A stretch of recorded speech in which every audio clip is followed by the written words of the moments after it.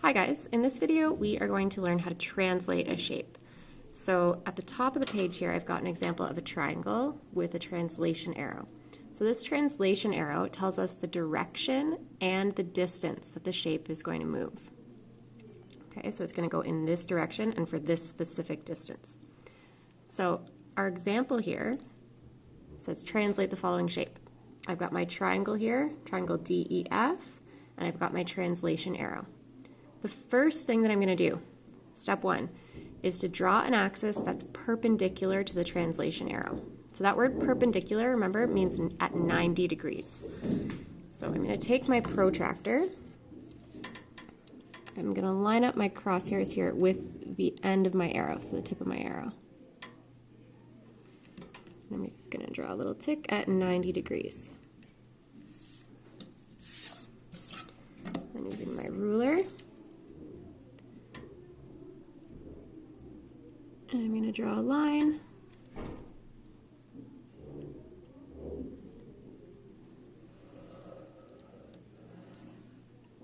Right through there.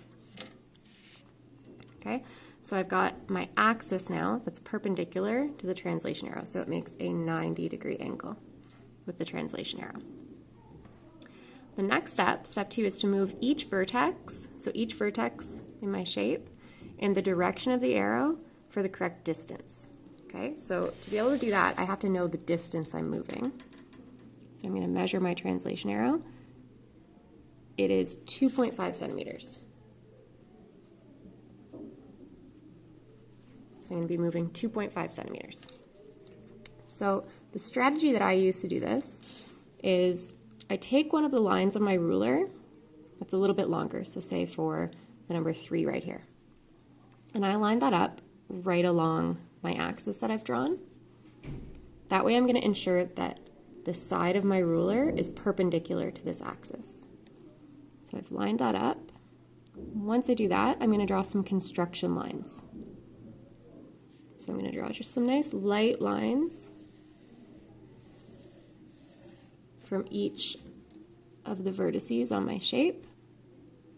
So make sure this is lined up right along our line, our axis. I'm going to draw some nice light construction lines.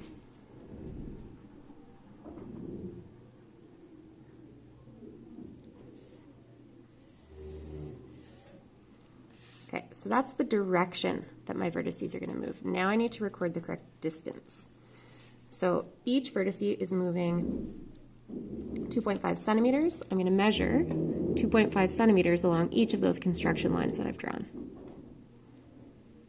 So there's 2.5 centimeters here.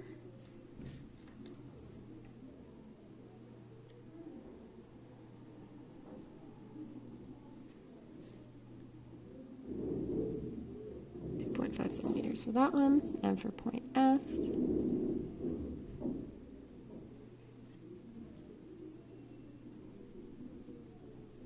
2.5 centimeters. So now I've shown where the new vertex for each point is going to be.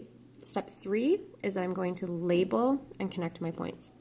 So the points in my new image we're going to denote with a prime symbol. Okay, so it's going to be D prime, E prime, F prime, to show that that's not the exact same image that we began with. So we've moved it to a new location.